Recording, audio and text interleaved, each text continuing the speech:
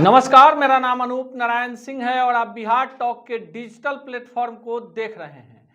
आज हम अपने इस डिजिटल प्लेटफॉर्म पर आपको उत्तर बिहार की एक ऐसी लोकसभा क्षेत्र की कहानी, संभावित उम्मीदवारों की सूची और मौजूदा हालात पर चर्चा करने जा रहे हैं, जिस लोकसभा क्षेत्र से कभी देश के प्रधानमंत्री बने चंद्रशेखर ने भी किस्मत आजमाई थी और बिहार के नहीं होने के बावजूद इस लोकसभा क्षेत्र ने रिकॉर्ड मतों से चंद्रशेखर को भी जिताकर लोकसभा भेजने का काम किया था।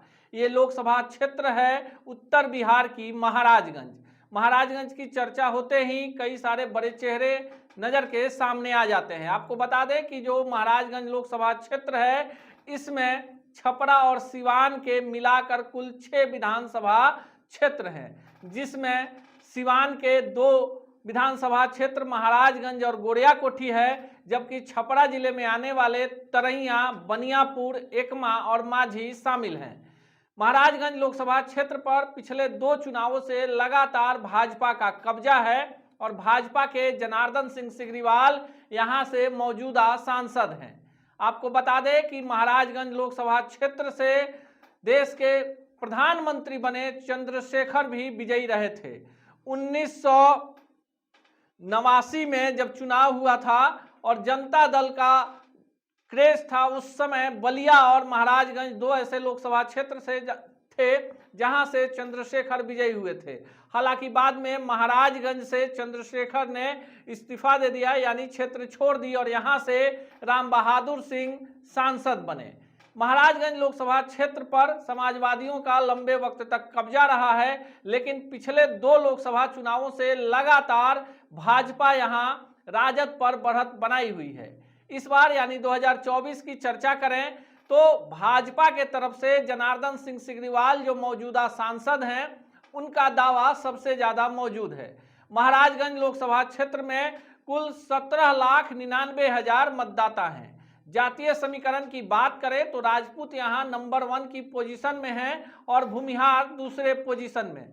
तीसरे नंबर पर यहां यादव और अन्य जातियों का वोट बैंक है, पर यहां वोटों की गोलबंदी ही हार जीत का फैसला करती है। प्रभुनाथ सिंह एक बड़ा नाम रहे जो लगातार यहां से सांसद रहे और उनके इस विजय अभियान पर ब्रेक लग गया जब यहां से उन्हीं के करीबी रहे उमाशंकर सिंह ने उन्हें 2009 में मात दे दी। उमाशंकर सिंह महाराजगंज से लंबे वक्त तक विधायक रहे और कभी प्रभुनाथ सिंह और उमाशंकर सिंह एक ही समाजवादी राजनीतिक स्कूल के छात्र भी रहे।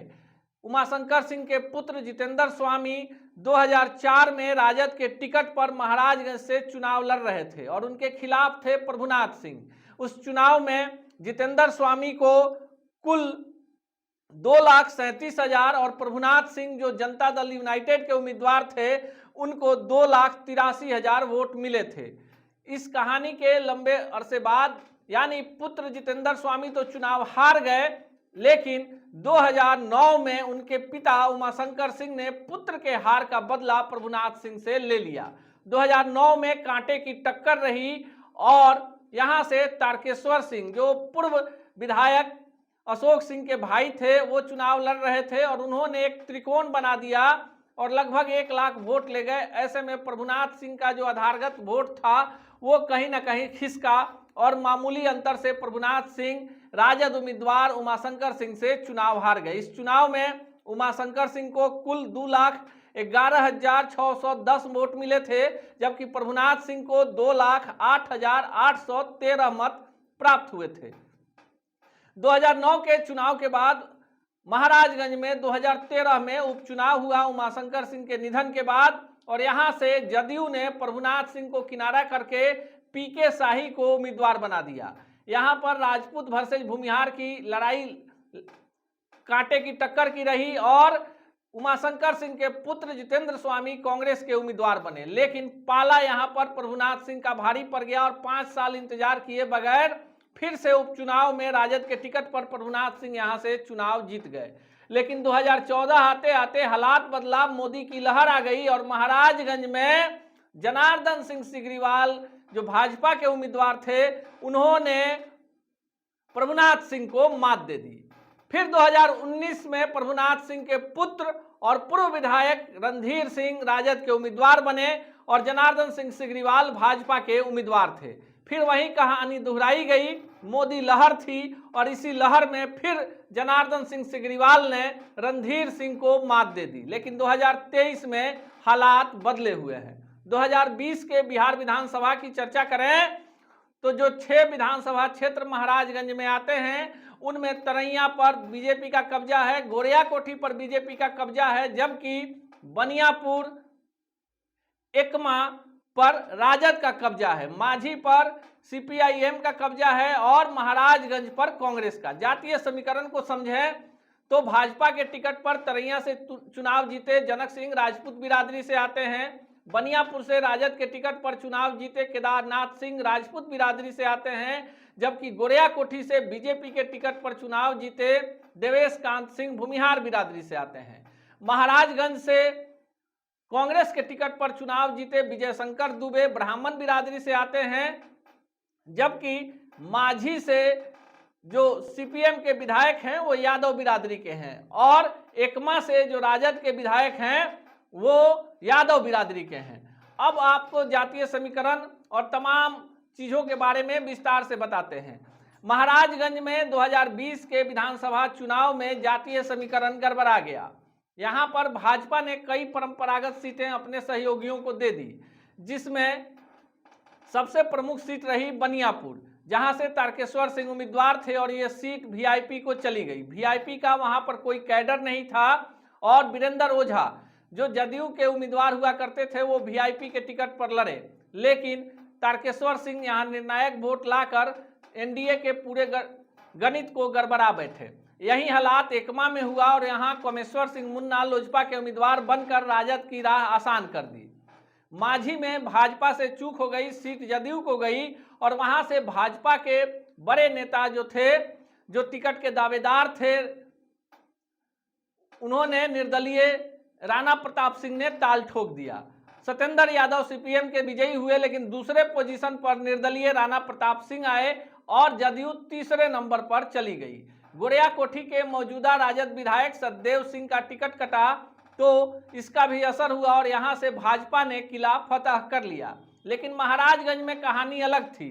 विजय शंकर दुबे माझी से कांग्रेस के विधायक थे और सिटिंग गेटिंग में इन्हें महाराजगंज शिफ्ट कर दिया गया।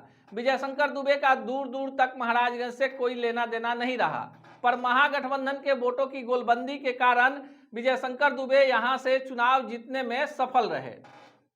मिलाजुला के जो हालात हैं, महाराजगंज में जातीय गोलबंदी इस बार भी निर्णायक होगी। मोदी लहर अगर नहीं चला तो भाजपा के लिए यहां इस बार परेशानी के कई सारे कारण हैं।